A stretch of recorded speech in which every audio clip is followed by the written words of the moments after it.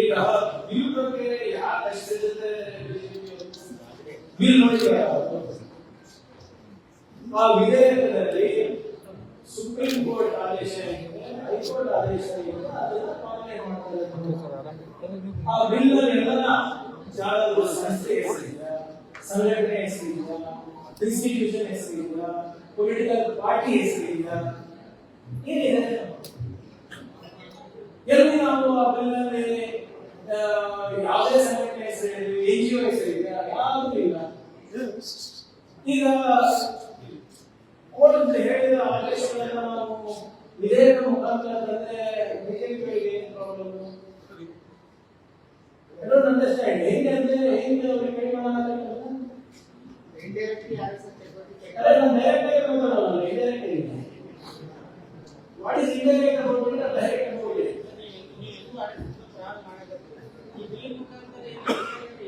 Sir ನಾನು ಯಾಕೆ sir ಈ ರಾಜ್ಯದಲ್ಲಿ ಸಾರ್ವಜನಿಕ ಜಾಗಗಳಲ್ಲಿ ಯಾರು ಏನು ಮಾಡಬೇಕು ಅಂತ ನಿಯಂತ್ರಣ ಮಾಡೋ ಜವಾಬ್ದಾರಿ ಯಾರು? APMC ಮಹಿಳಾ ಮತ್ತು ಮಕ್ಕಳ ಕಲ್ಯಾಣ ಇಲಾಖೆ. ಆಮೇಲೆ ನೀವೇ ಹೇಳ್ತಿದ್ದಲ್ಲ, ಎಷ್ಟೊಂದು ಸರಿ ನಿಮ್ಮ ಮನೆ ಮುಂದೆ ಏನಾದ್ರು ಫಂಕ್ಷನ್ ಮೆರವಣಿಗೆ ಏನೋ ಹೋಗ್ತಾ ಇದ್ರೆ ಯಾರಪ್ಪ ಪರ್ಮಿಷನ್ ಕೊಡೋದು, ಏನಿದೆ ನೀವೇ ಫೋನ್ ಮಾಡೋದಲ್ಲ ಅಂತ. ನಿಮ್ಮ ಮನೆಯಲ್ಲಿ ಯಾವುದೋ ಒಂದು ಶುಭ ಕಾರ್ಯ ನಡೀತಾ ಇದೆ, ನಾಮಕರಣ ಕಾರ್ಯಕ್ರಮ ಅಥವಾ ಮದುವೆ ಇದ್ದಾಗ ಮನೆಯಲ್ಲಿ ಜಾಗ ಇರಲ್ಲ, ಅತಿಥಿ. ಅವಾಗ ನೀವು ರೋಡಿಗೆ ಬಂದಾಗ ಒಂದು ಪೆಂಡಲ್ ಹಾಕ್ತೀರಾ, ಅಲ್ಲಿ ಊಟಕ್ಕೆ ವ್ಯವಸ್ಥೆ ಮಾಡ್ತೀರಾ, ಅವಾಗ ಪರ್ಮಿಷನ್ ತಗೋತೀರಾ. ನಾನು ಸ್ಟೂಡೆಂಟ್ಸು ನನ್ನ ಜೊತೆ ಏನಾದರೂ ಆಗುತ್ತೆ ಹೊಣೆಗಾರಿಕೆ ಅಂತ ನೀವು ಕೊಡ್ತೀರಲ್ಲ. It's a public space. ನೀವು ಮನೆ ಕಾಂಪೌಂಡ್ ಒಳಗಡೆ ಏನಾದ್ರು ಮಾಡ್ಕೊಳ್ಳಿ, ನೀವು ಕಚೇರಿ ಕಾಂಪೌಂಡ್ ಒಳಗಡೆ ಏನಾದ್ರು ಮಾಡ್ಕೊಳ್ಳಿ, ಯಾರು ನಿಮಗೆ ತೊಂದರೆ ಇಲ್ಲ. ನೀವು ಪಬ್ಲಿಕ್ ಪ್ಲೇಸ್ ಬಂದಾಗ ಪ್ಲೇ ಗ್ರೌಂಡ್ ಇರ್ಬೋದು, ಪಾರ್ಕ್ ಇರ್ಬೋದು, ರೋಡ್ ಇರ್ಬೋದು, ಏನೇ ಇರ್ಬೋದು, ನೀವು ಪರ್ಮಿಷನ್ ತಗೋತೀರಲ್ಲ. ನಾವು ನಿಷೇಧ ಅಂತ ಏನು ಹೇಳಿದೀವಿ ಎಲ್ಲ ಅದು ಪ್ರಯೋಗ ಇದೆಯಾ, BAN ಬ್ಯಾನ್ ಅಥವಾ ನಿಷೇಧ ಅಂತ ಎಲ್ಲ ಇದೆಯಾ ಅಂತ. ಯಾಕೆ ಇವರು ನನಗೆ ಬೇರೆ ಕೆಲಸ ಇಲ್ಲ. I am the home minister of the state. Supreme court ನಲ್ಲಿ ಕೆಲವು ಆದೇಶ ಇದೆ, ಹೈಕೋರ್ಟ್ ನಲ್ಲಿ ಕೆಲವು ಆದೇಶ ನೀಡಿದೆ, ಅದನ್ನ ಪಾಲನೆ ಮಾಡ್ತಾ ಇದ್ದೀವಿ ಅಷ್ಟೇ. ಫೋಬಿಯಾ ಅಂದ್ರೆ ಹೆದರಿಕೆ, ನಮ್ಗೆ ಹೆದರಿಕೆ ಇದೆ ಅನ್ಸುತ್ತೆ. ಅವ್ರಿಗೆ ಪ್ರಿಯರ್ ಫೋಬಿಯಾ ಇದೆ, ಅದಲ್ಲ. It looks like I am afraid of them. Phobia ಅಂದ್ರೆ fear of something.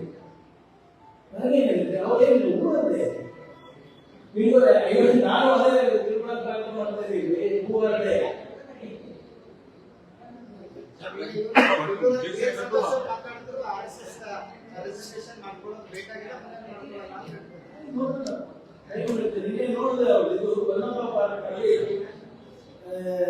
Santosh G ಅದೆಲ್ಲ ಜಿ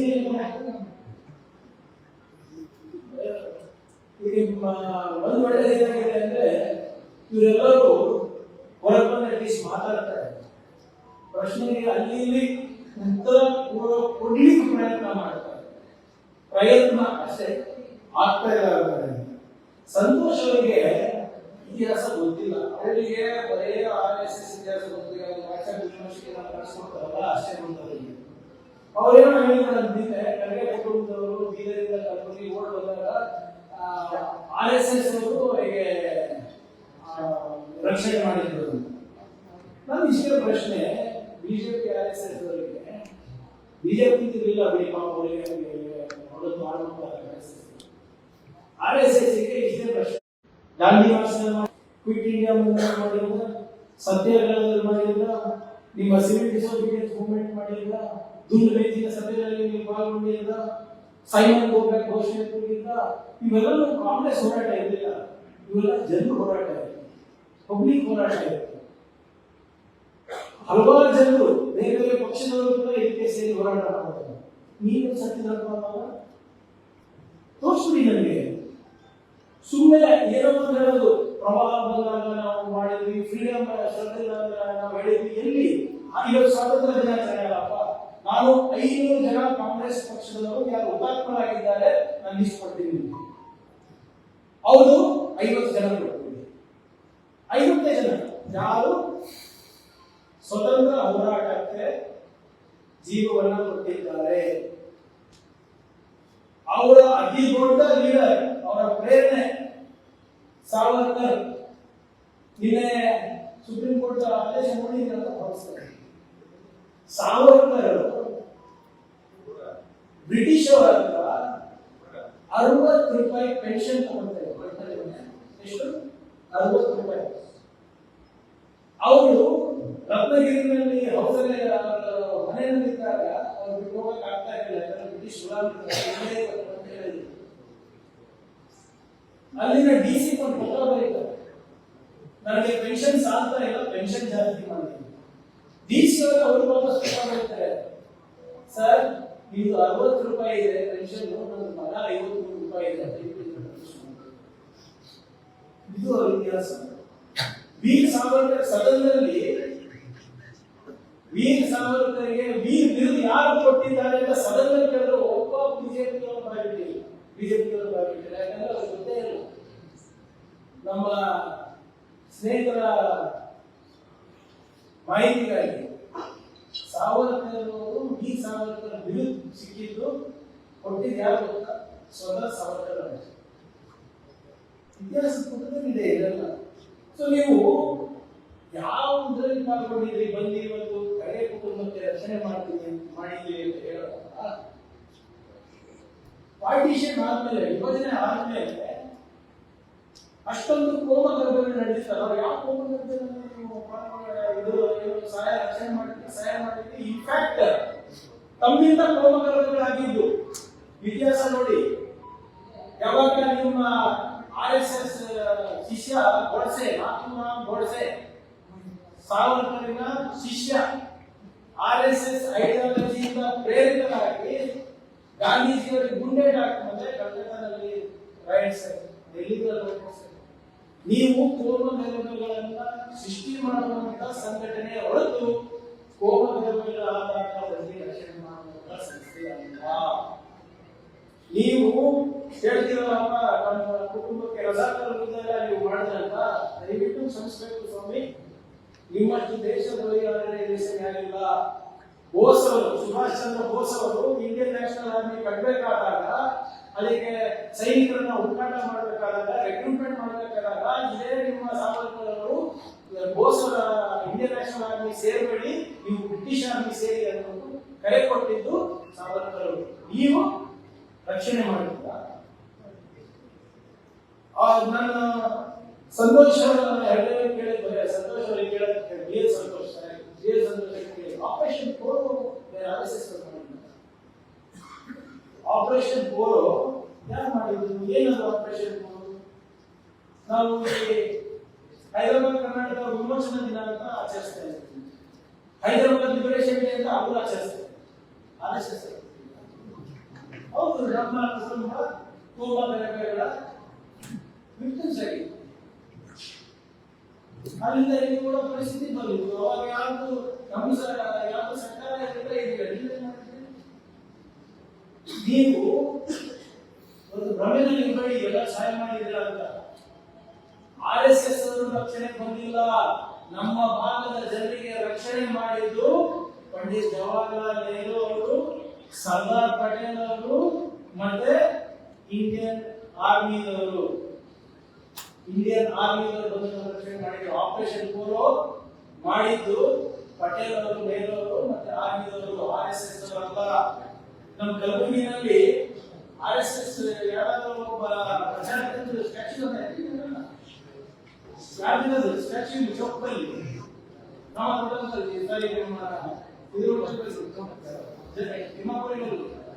ಯಾರಿದೆ?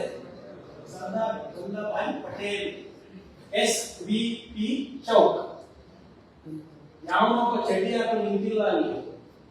RSS ಸರ್ದಾರ್ ಪಟೇಲ್ ಅವರ ಒಂದು ದೃಢ ನಿರ್ಧಾರದಿಂದ ಇವತ್ತು ನಾವು ಅಖಂಡ ಭಾರತವನ್ನು ನೋಡ್ತಾ ಇದ್ದೀವಿ.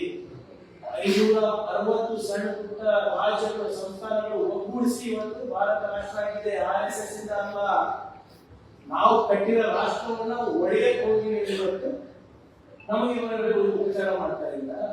ನನಗೆ ದೇಶದಲ್ಲಿ ಒಂದು ಕಡೆ ಸ್ಟ್ಯಾಚ್ಯೂ ತೋರಿಸ್ಬಿಡ್ರಪ್ಪ, RSS ಪ್ರಚಾರಕ್ಕೂ ಸರ್ಸಂಚಾರಕ್ಕೂ ಒಂದ್ ಕಡೆ ಸ್ಟ್ಯಾಚ್ಯೂ ಕೊಟ್ಟು ಸಾರ್ವಜನಿಕರು ಸ್ವಪ್ರೇರಣೆಯಿಂದ ಹೌದು ಇವರು ನಿಜವಾದ ದೇಶಭಕ್ತರು, ಇವರು ನಮಗೆ ರಕ್ಷಿಸಿದ್ದಾರೆ, ಇವರ ಸೇವೆ ಅಪಾರವಾಗಿದೆ ನಮ್ಮ ಸಮಾಜಕ್ಕೆ ಅಂತ ಒಂದು ಸ್ಟ್ಯಾಚ್ಯೂ ತೋರಿಸ್ತಾರೆ. ಒಂದು ಸ್ಟ್ಯಾಚ್ಯೂ 100 ವರ್ಷದಲ್ಲಿ. ಸುಮ್ಮನೆ ಇದೆಲ್ಲ ವಾಟ್ಸ್ಆಪ್ನಲ್ಲಿ ಓದ್ಬಿಟ್ಟು ಮಾತಾಡೋದಲ್ಲ ಸಂತೋಷವೇ. ನೀವು ನ್ಯಾಷನಲ್ ಇಂಟರ್ನ್ಯಾಷನಲ್ ಇಟ್ಟಿದ್ದೀರಾ. ಮೊನ್ನೆ ಅಮೆರಿಕಾದಿಂದ ಹೋಗಿ ಪಾಪ ಅಮೆರಿಕಾದಲ್ಲಿಗೆಲ್ಲ ಕೈಕಾಲು ಬಿದ್ದಿ ಇಲ್ಲ ನಾವು ಭಯೋತ್ಪಾದಕ ಸಂಘಟನೆ ಅಲ್ಲ ಅಂತ ಹೇಳ್ಬಿಟ್ಟು ಬಂದಿದ್ದೀರಾ. ಅಮೆರಿಕಾದಲ್ಲಿ ಹಿಂದೂ ಸ್ವಯಂ ಸೇವಕ ಸಂಘದವರಿಗೆ ಬ್ಯಾನ್ ಮಾಡಬೇಡಿ ಅಂತ ಕೈಕಾಲು ಬಂದಿದ್ದೀರಾ. ಅಂತಾರಾಷ್ಟ್ರೀಯ ಹೇಳಬೇಕು. ವಾಟ್ಸ್ಆಪ್ ಅಲ್ಲಿ ನೋಡ್ಬಿಟ್ಟು ಯಾವ ಬರೆದಿದ್ದಾನೆ ಅಂದ್ಬಿಟ್ಟು ನೀವು ಬಂದು ಹೇಳಿದ್ರೆ ನಮ್ಮ ಕುಟುಂಬಕ್ಕೆ ರಕ್ಷಣೆ ಮಾಡಿದ್ದು Indian national army, Indian army, Patel ಅವರು, ನೆಹರು ಅವರು, RSS ಅಲ್ಲಪ್ಪ. ನೀವು ನಿಮ್ಮ RSS ಒಬ್ಬರು ನೀವು ಯಾರು ನಿಮ್ಮ ಮನೆ ನಾಯಕ ಸತ್ತಿಲ್ಲ. ಈಗ ನೋಡಿ, ಈಗ ಪಾಪ ಚಂಡೀಗ ಬ್ಯಾಂಕಿಗೆ ಬಂದರೆ ಈಗ 2 ವರ್ಷ ಅವ್ರ ಹತ್ರ ಕರಿಬೇಕೇನು ನಾವು? ನೋಡಿ, ಒಂದು ನಿಮಿಷ ದಯವಿಟ್ಟು ಇದನ್ನ ಕ್ಲಿಯರ್ ಮಾಡ್ತೀನಿ. ಎಲ್ಲ ನಮ್ಮ ಮಾಧ್ಯಮ ಸ್ನೇಹಿತರು, RSS cannot be banned. Santosh ಅವರು Mohan Bhagavata ಹೇಳಿದ್ದಿಲ್ಲ, they cannot be banned. ಕಾರಣ ಯಾಕಂದ್ರೆ ಅದು ರಿಜಿಸ್ಟರ್ ಆಗಿಲ್ಲ. ಈ ಸಂಸ್ಥೆಯನ್ನ ನಾನು ಬ್ಯಾನ್ ಮಾಡಬೇಕಾದ್ರೆ ರಿಜಿಸ್ಟರ್ ಆಗಿರಲ್ಲ, ನೀವು ರಿಜಿಸ್ಟ್ರೇಷನ್ ಆಗಿಲ್ಲ. ನಾನು ಅದೇ ಕೇಳ್ತಾ ಇರೋದಲ್ಲ, ನೀವು ಅಧಿಕೃತವಾಗಿ ನೋಂದಣಿಯೇ ಆಗಿಲ್ಲ ಅಂದ್ರೆ ನೀವು ಚಟುವಟಿಕೆಗಳು ಹೇಗೆ ನಡೆಸ್ತಾ ಇದ್ದೀರಾ? ನೀವು ಕಟ್ತಿರಲ್ಲ ತೆರಿಗೆ, ನೀವು ತೆರಿಗೆ ಮೋಹನ್ ಭಾಗವತ್ ಅವರ ಅಡ್ವಾನ್ಸ್ ಸೆಕ್ಯೂರಿಟಿ ಲಯಸನ್ಸ್ ಹೋಗುತ್ತೆ ಗೊತ್ತಾ? ಆ ಅಡ್ವಾನ್ಸ್ ಸೆಕ್ಯೂರಿಟಿ ಲಯಸನ್ಸ್ ರಕ್ಷಣೆ ಯಾರಿಗಿದೆ ಗೊತ್ತಾ? Ministry of external affairs, home minister of India, prime minister of India. ಅದು ಮೋಹನ್ ಭಾಗವತ್ ಅವರ ತೆರಿಗೆ ಹೋಗ್ತಾ ಇದ್ದಾರೆ. ಸೊ ನಾನು ಹೇಳ್ತಾ ಇರೋದು, ನಮ್ಮ ಕಲಬುರಗಿ ಜನರ ತೆರಿಗೆ ಇವತ್ತು ಮೋಹನ್ ಭಾಗವತ್ ಅವರ ಸೆಕ್ಯೂರಿಟಿ ಯೂಸ್ ಮಾಡ್ತಾ ಇರಲಿಲ್ಲ, ಯಾವ ಮಾಧ್ಯಮದಲ್ಲಿ ಯೂಸ್ ಮಾಡ್ತಾ ಇದ್ದಾರೆ, ಯಾಕೆ ಮಾಡ್ತಾ ಇದ್ದಾರೆ ಹೇಳಿ. ಕರ್ನಾಟಕ ಪೊಲೀಸ್ 20 ಲಕ್ಷ ಜನ ಈ ಸಂಘಟನೆಯವರಿಗೆ ಭದ್ರತೆಯನ್ನು ಕೊಡ್ತಾರೆ. ಅವರು ಪಥಸಂಚಲನ ಮಾಡಬೇಕಾಗಿಲ್ಲ, ಪರ್ಮಿಷನ್ ತಗೊಳ್ಳಿ ಸ್ವಾಮಿ, ನೀವು ಯಾರು ಸ್ವಾಮಿ ನಮ್ಗೆ ಗೊತ್ತಾಗಬೇಕಲ್ಲ ಅಷ್ಟೇ. ಸರಿನಾ ಇಲ್ಲ ನೀವೇ? ಅಲ್ಲ ಸರ್, ನೀವು RSS ಬಗ್ಗೆ ಪ್ರತಿ ಸಲ ದನಿ ಎತ್ತಿದಾಗನು ಬಿಜೆಪಿ ಹೇಳೋದು ಒಂದೇ ಮಾತು, ನಾಶ ಮಾಡ್ತೀನಿ. ಅಲ್ಲ ಪ್ರಿಯಾಂಕವರು ಶಾಖೆಗೆ ಬಂದು ನೋಡ್ಲಿ, ಅಲ್ಲಿ ಪಾಠ ಗೊತ್ತಾಗುತ್ತೆ. ಕಾರ್ಯಪತ್ರ ಬಂದಿಲ್ಲ, ಈಗ ನನಗೆ ಮೋಹನ್ ಭಾಗವತ ನನ್ನ ಹತ್ರ ಇಲ್ಲ, ಅದಕ್ಕೆ ನೀವು ಶಾಲೆ ಕೇಳೋದಲ್ಲ ಮಾಧ್ಯಮದವರು. ನನ್ನ ಪತ್ರ ಬಂದಿದೆ, ನಾನೇನ್ ಹೇಳಿದ್ದೀನಿ ನೀವು ಬನ್ನಿ ಎಕ್ಸ್ಪ್ಲೈನ್ ಮಾಡಿ. ನೀವು ದೊಡ್ಡವರು ಕಳಿಸ್ಬೇಡಿ, ನೀವು ಈಗ ಹೇಳಿದ್ರೆ ಅವ್ರಿಗೆ ಕಳಿಸಿ. ನನಗೆ ಅರ್ಥ ಇಲ್ಲ ಅಂದ್ರೆ ನಾನು ಹೇಳಿದ್ದೀನಿ. ಈಗ 6 ವರ್ಷ ಇದು ಮಾಡ್ಬೇಕು ಸರ್. ಯಾವುದು ಎನಿ ಸಂಸ್ಥೆ ನಾವು ಹೇಳಿದ್ವಲ್ಲ, ಪರ್ಮಿಷನ್ ಕಡ್ಡಾಯವಾಗಿ ಕೊಡೋದು ಬಿಡೋದು ಸರ್ಕಾರ ಇದೇ ತರ ಚಿಕ್ಕಪುರದಲ್ಲಿ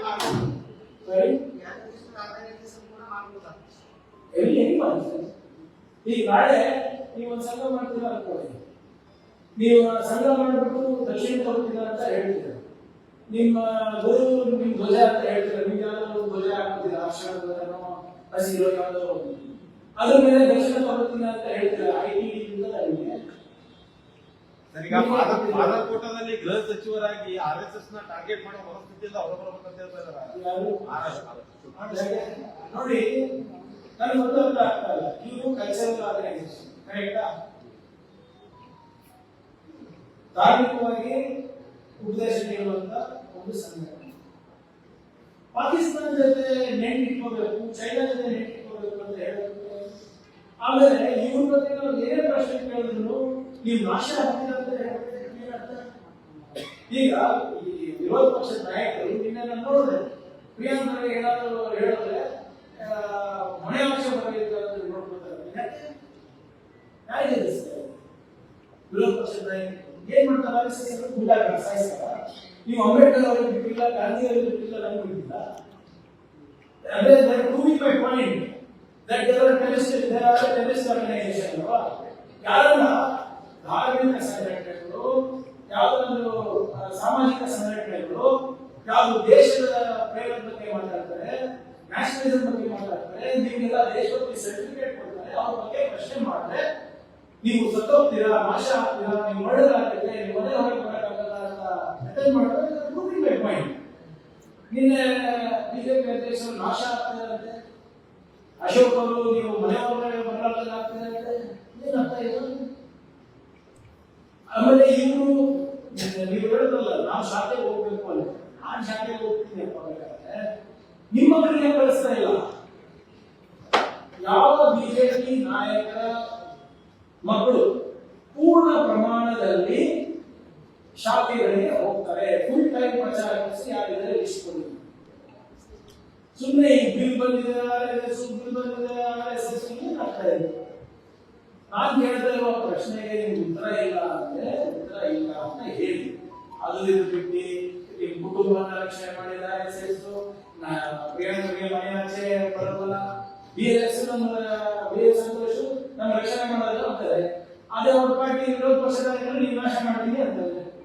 ಒಂದ್ ಕಡೆ ರಕ್ಷಣೆನೂ ಮಾಡ್ತಾರೆ, ನಾಶ ಮಾಡ್ತೀನಿ ಅಂತ ಏನು ಇಷ್ಟು ವಿಷನ್ ಅವರಲ್ಲಿ? ನೀವು ಒಂದು ಕಲಬುರಗಿ ಮತ್ತು ದಾವಣಗೆರೆ ಕೆಲವು ಕಡೆ ಎಲ್ಲ ಈ ಪಾಕ್ ತಂದಿರುವಂತಹ ಸಿಕ್ಕಿದ್ದಾರೆ. ಸ್ಲೀಪರ್ ನೋಡಿ, ಎಲ್ಲರೂ ಇಲ್ಲಿ ದಾವಣಗೆರೆ ಇರ್ಬೋದು, ಕಲಬುರಗಿ ಇರ್ಬೋದು, ಯಾರು ಕಂಡಿಡಿದ್ರು ಅಲ್ಲ. ಇದನ್ನ ನಾವು ಕಳೆದ 1.5 ತಿಂಗಳಿಂದ ನಾವು ಬೇರೆ ಬೇರೆ ರೀತಿಯಾಗಿ ನಾವು ನಮ್ಮದಾದಂತಹ ಒಂದು ಇಂಟೆಲಿಜೆನ್ಸ್ ಅನ್ನ ಬಿಟ್ಟು ತಿಳ್ಕೊಂಡಿದ್ವಿ. ನಾವು ಮತ್ತೆ ನಮ್ಮ ಕೇಂದ್ರ ಸರ್ಕಾರದ ಇಂಟೆಲಿಜೆನ್ಸ್ ಬ್ಯೂರೋ ಜೊತೆ ನಾವು ನಿಕಟ ಸಂಪರ್ಕ ಇಟ್ಕೊಂಡು ಇದು ಮತ್ತು ನಿಮ್ಮ ಬಾಂಗ್ಲಾದೇಶಿ ವಲಸಿಗರು ಯಾರಿದ್ದಾರೆ ಎಲ್ಲದರಲ್ಲೂ ವಾಚ್ ಇಟ್ಟಾಗ ಇದು ಕಂಡು ಬಂದಿದೆ. ಇವೆಲ್ಲರೂ ಕೂಡ ಯಾರು ಕೂಡ ಒಬ್ಬರು ಕೂಡ ಕನ್ನಡಿಗರು, ಎಲ್ಲರೂ ಕೂಡ ನಮ್ಮ ಉತ್ತರ ಪ್ರದೇಶವರು ಅಥವಾ ಉತ್ತರ ಭಾರತದವರೇ ಕೀಪಿಂಗ್ ಅ ಕ್ಲೋಸ್ ವಾಚ್. ನಮ್ಮಲ್ಲಿ ಅಂತಂದ್ರೆ ಯಾವುದೇ ಘಟನೆಗಳು ಆಗಲಾರ್ದಂಗೆ ನಾವು ಏನು ನಮ್ಮ ಇಂಟೆಲಿಜೆನ್ಸ್ ತಾಕೀತು ಮಾಡಿದ್ವಿ, ಸಂಪೂರ್ಣವಾಗಿ ನಿಗಾ ಇಟ್ಟಿದ್ದೀವಿ.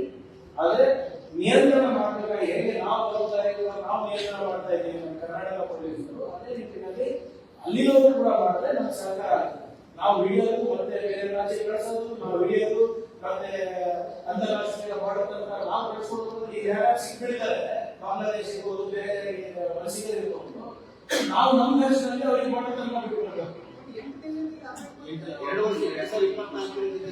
ಆಪರೇಟ್ ಅಂದ್ರೆ ಫಿಸಿಕಲ್ ಆಪರೇಷನ್ ಅಂತ, ಅದು ಆನ್ಲೈನ್ ರ್ಯಾಡಿಕಲೈಸೇಷನ್ ಆಗ್ತಾ ಇದೆ. ಈಗ ನಿಮ್ಮ ಮೊಬೈಲ್ ಅಲ್ಲಿ ಏನಿದೆ ನಮ್ಗೆ ಏನು ಗೊತ್ತಾಗ್ತದೆ? ಅದನ್ನ ನಾವು ಇಂಟರ್ಸೆಪ್ಟ್ ಮಾಡಿದಾಗ ಗೊತ್ತಾಗ್ತದೆ. ಆಮೇಲೆ ಅದು ಒಂದಿನ 2 ದಿನ ಗೊತ್ತಾಗಲ್ಲ, ಸಮಯ ಬೇಕಾಗ್ತದೆ. ಆದ್ರೆ ಗೊತ್ತಾದ ತಕ್ಷಣ ನಾವು ಹೆಚ್ಚಿನ ಕಾರ್ಯಾಚರಣೆ ಮಾಡಿಬಿಟ್ಟು ದಾವಣಗೆರೆ ಇರ್ಬೋದು, ಕಲಬುರಗಿ ಇರ್ಬೋದು, 2 ಕಡೆ ನಾವು ಮಾಡ್ತೀವಿ. ಏನಾದ್ರು ಮಾಹಿತಿಗಳು ಸಿಕ್ಕಿದೆಯಾ ತಮ್ಮ ಗೃಹ ಇಲಾಖೆ? ಮಾಹಿತಿ ಇದ್ರೂ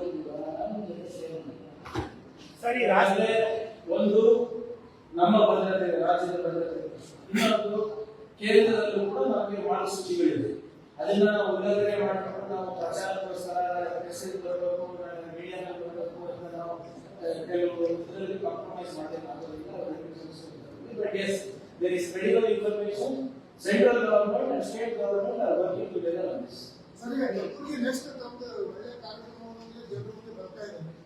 ಒಂದು ಏನಂದ್ರೆ ಸೆಂಟ್ರಲ್ ಲೆವೆಲ್ ಅಂದ್ರೆ ಸಿಟಿ ಸೆಂಟ್ರಲ್ ಲೆವೆಲ್ ಸ್ವಲ್ಪ ಎಂಟೈರ್ ಡಿಸ್ಟ್ರಿಕ್ಟ್ ಪರ್ಟಿಕ್ಯುಲರ್ ಬಾರ್ಡರ್ ಏರಿಯಾಗಳ ಸ್ಕೂಲ್ಗಳ ಸೆಂಟ್ರಲೈಸ್ ಆಗಿರುವಂಥದ್ದು. ಇಂಥವು 70 ಶಾಲೆಗಳಿಗೆ ಸಿಟಿ ಮಕ್ಕಳಿಗೆ ಎಕ್ಸ್ಪೋಜರ್ ಆಲ್ಮೋಸ್ಟ್ ಯಾವುದೇ ರೀತಿಯಲ್ಲಿ ಇದ್ದೇ ಇರುತ್ತೆ. ಬಟ್ ಬಾರ್ಡರ್ ರೂರಲ್ ಏರಿಯಾ ಅದಕ್ಕೆ 21 ಕೇಂದ್ರಗಳಿಗೆ ಅವರು ಮನವಿ ಮಾಡಿಕೊಂಡಿದ್ದಾರೆ. ಅಗಸ್ತ್ಯ ಫೌಂಡೇಶನ್ ಅವರು ಅದಕ್ಕೆ ಪರಿಶೀಲನೆ ಮಾಡಿ ಅದಕ್ಕೆ ಮಾಡಬೇಕು ಮಾಡ್ತೀವಿ.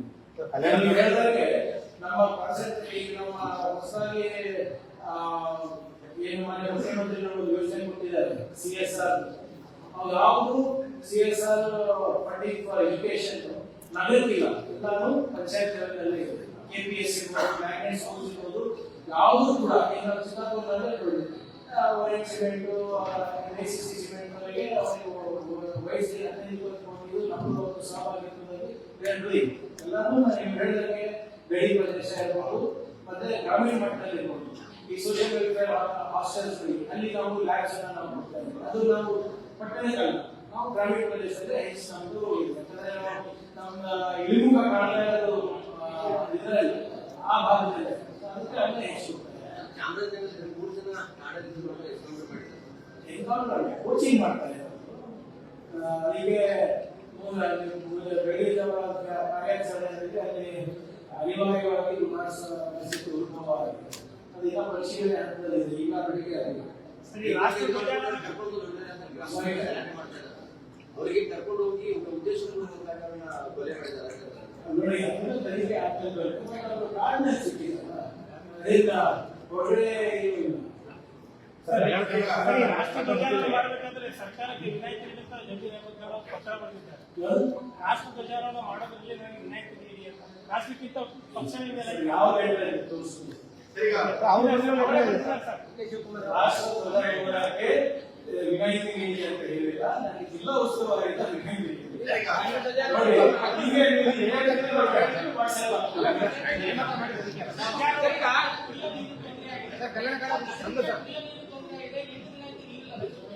ನೋಡಿ, ಈಗಾಗಲೇ ಮೊನ್ನೆ ನೀವು ಗಮನಕ್ಕೆ ತಂದ ಮೇಲೆ ಬಹಳ ಗಂಭೀರವಾದಂತ ನಾನು ನಿರ್ಣಯಗಳನ್ನು ತಗೊಂಡಿದ್ದೀನಿ ಕಳೆದ 48 ತಾಸು. ಅದನ್ನ ದಯವಿಟ್ಟು ನಾನು ಹೇಳಲಿಕ್ಕೆ ಬಯಸೋದಿಲ್ಲ, ಬಟ್ ಅದಕ್ಕೆ ಕ್ರಮ ತಗೊಳ್ಳಿಕ್ಕೆ ಈಗಾಗಲೇ ನಮ್ಮ ದಕ್ಷಿಣ ಶಾಸಕರು ಮಾಡ್ತಾ ಇದ್ದಾರೆ. ಪ್ರಾಮಾಣಿಕ ಪ್ರಯತ್ನ ಮಾಡ್ತೀವಿ. ಮತ್ತೆ ನಾವು ಹೋದ ಬಾರಿ ಹೇಳಿದಾಗೆ ಈಗಾಗಲೇ 5 ಕೋಟಿ ರೂಪಾಯಿ ಟ್ರೀಟ್ಮೆಂಟ್ ಇದಕ್ಕೆ ಅದಕ್ಕೆ ಕೂಡ ನಾವು ನೀಡಿದ್ದೇವೆ. ಬಟ್ ಈ ಎಲ್ಲರಿಗೂ ಸಮಸ್ಯೆಗೆ ಇದೇ ಮೊನ್ನೆ ನಾವು ಮಾಡೋದು ಇರುವಾಗ ಸುಮಾರು ಚೀಫ್ ಸೆಕ್ರೆಟರಿ ಅವರಿಗೆ ಭೇಟಿಯಾಗಿ ಬರ್ತಾ ಇದ್ದಾರೆ. ಕಲ್ಯಾಣ ಕರ್ನಾಟಕ ಸಂಘ ಇವತ್ತಿಗೆ ಹೋದಾಯ್ತು ಆದೇಶ ಆಗಿದೆ.